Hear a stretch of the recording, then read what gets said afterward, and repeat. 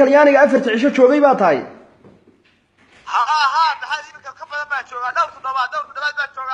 imika dhowr toddobaad baa ka soo wareegtay yuusuf gabadhii cudurdaar bay sheegatay gabadhii jug iyo waxay sheegatay xanuun macaan iyo dhiikar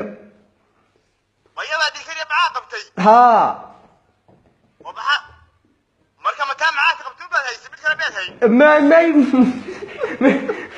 mas-uul waan haynin waan hayay laakiin gabadhii adigu aad dalbatay ilaahay xanuunkaasuu ku keenay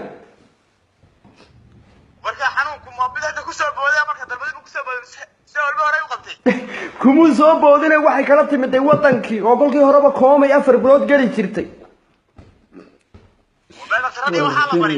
dhakhtarna ma garanayo mar baan maray bay tiri laakiin cilaankaaga ma saarayna bay lagu yidhi tu kalaa ku jirta yuusuf oo tiri inaan 3 lugood laan rabaa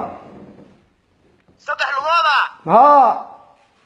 3 lugooda to caadiya ma garanayo waxay ka wado ma garanayo adigu imisa lugood baad leedahay yuusuf afar baan leeyahay